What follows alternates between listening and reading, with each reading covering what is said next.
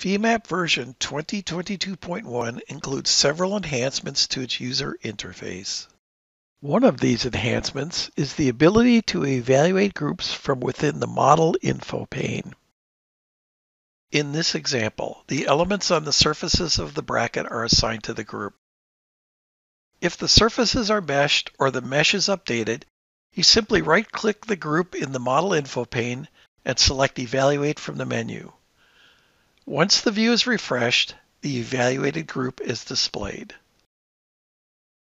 Femap's user experience has additionally been enhanced with the addition of methods to select nodes and elements on points, curves, and surfaces of solids.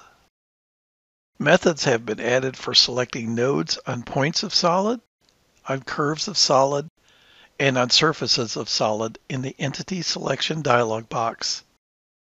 In addition, methods for selecting elements using all nodes on solid, on points of solid, on curves of solid, and on surfaces of solid have been added in the Entity Selection dialog box.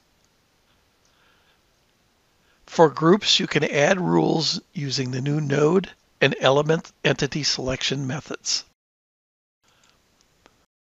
Another change to Femap's user experience is the ability to select online help, local help, or embedded help. To specify your preferred help system, open the Preferences dialog box using the File Preferences command, select the User Interface tab, then select the Help button.